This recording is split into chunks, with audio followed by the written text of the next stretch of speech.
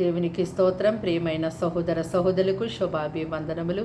ఈరోజు దేవుని వాగ్దానం ద్వితీయోపదేశకాండం 3వ అధ్యాయము 22వ వచనం. మీ దేవుడైన యెహోవా మీ పక్షముగా యుద్ధమిచ్చేవాడు.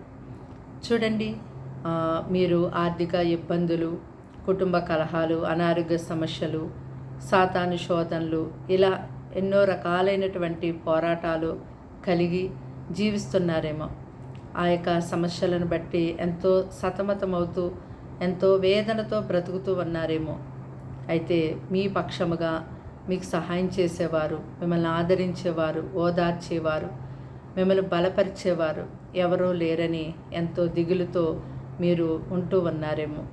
అయితే ఈ లోక ప్రజలందరినీ కూడా ప్రేమించి తన ప్రాణాన్ని లోక ప్రజలందరి కొరకు అర్పించినటువంటి ప్రభువైన యేసుక్రీస్తు వారి వైపు మీరు తిరిగి మీ యొక్క సమస్త భారమును, మీ పోరాటములన్నిటినీ కూడా, మీ బాధ, వేదన, దుఃఖాన్ని ఆయన మీద మీరు మోపినట్టయితే, ఆయనకు అప్పగించినట్టయితే ఆయన మీ పక్షమున యుద్ధము చేస్తారు. అంటే మీరు కలిగి ఉన్నటువంటి ప్రతి పోరాటములన్నిటిలో నుండి ఆయన ఎంతో గొప్పగా విడిపిస్తారు. ఆయన మీకు తోడయుండి మీకు గొప్ప సహాయము చేస్తారు. ప్రార్థన. దేవానికి వందనాలు, స్తోత్రాలు, స్తుతులు తండ్రి. ఈ సమయాన్ని బట్టి, దినమును బట్టి స్తోత్రములు నాయన. ఈ మాటలు వింటున్న నీ బిడ్డల్ని మీ రక్తముతో కడిగి పవిత్రపరచండి. నీ వెలుగు, నీ శక్తిని, ప్రభా నీ బిడ్డలకు దయచేయండి ప్రభు. నీ ఆరోగ్యాన్ని దయచేయండి, బలాన్ని దయచేయండి.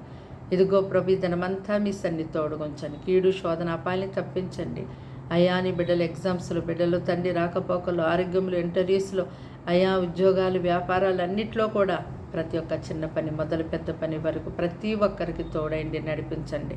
కీడు, శోధన, అపాయాన్ని తప్పించండి. పరిశుద్ధ పరలోక అభిషేకాన్ని ప్రజలకు మెండుగా ఇచ్చి నడిపించి సహాయం చేయమని సమస్తం నీకు అప్పగించుకుంటూ యేసు ఘనమైన పరిశుద్ధ నామములో ప్రార్థన విలంతో సమర్పించి వేడుకుంటున్నాం తండ్రి. ఆమేన్.